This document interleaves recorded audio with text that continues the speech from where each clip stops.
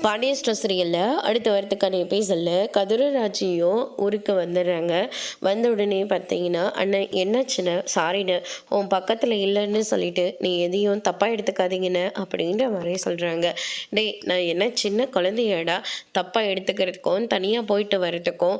இங்கே பாருடா, இது என்னோட விஷயம், நான் பார்த்துக்கிறேன்.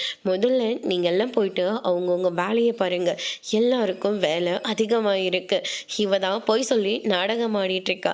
அதுக்கு துணையாக தான் நானும் போகிற மாதிரி இருக்குது.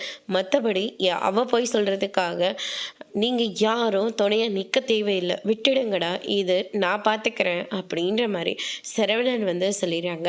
அதுக்கு அடுத்தது திடீர்னு ராஜு வந்து வாமிட் எடுக்க ஆரம்பிக்கிறாங்க.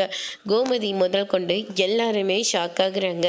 என்னடா இது, ராஜு வந்து வந்ததும் வராதுமா வாமிட் பண்ணிகிட்ருக்கா அப்படியே சொல்லிட்டு கேட்கவும், ட்ராவல் பண்ணது எதுவும் அவளுக்கு ஒத்துக்கலை போல இருக்குமா, ராஜி உனக்கு ஒன்றும் இல்லைல்ல அப்படியே சொல்லிட்டு கதிர் வந்து ரொம்பவே பதறி போகிறாரு. அதுக்கு அடுத்ததான் ராஜி இருந்துட்டு ஒன்றும் இல்லை, சாப்பிட்ட ஃபுட்டு எதுவும் ஒத்துக்கலை போல இருக்குது அப்படின்ற மாதிரியே சொல்லிடுறாங்க. ட்ராவல் பண்ணும்போது கம்மியாக சாப்பிட்ணும், வாங்கி கொடுக்குறான்றதுக்காக அதிகமாக சாப்பிட்டா இப்படி தான் ஆகும். முதல்ல என்ன ஏதுன்னு பார்த்துட்டு ஹாஸ்பிட்டலுக்கு போகலாம், நடங்க அப்படின்ற மாதிரியே சொல்கிறாங்க.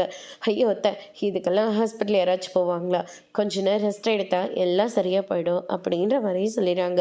அதுக்கு அடுத்ததாக கோமதி இருந்துட்டு, கேட்குறேன்னு தப்பாக எடுத்துக்காத, ஏதாவது நாள் தள்ளி போயிருக்கா அப்படின்னு சொல்லிட்டு கேட்குறாங்க.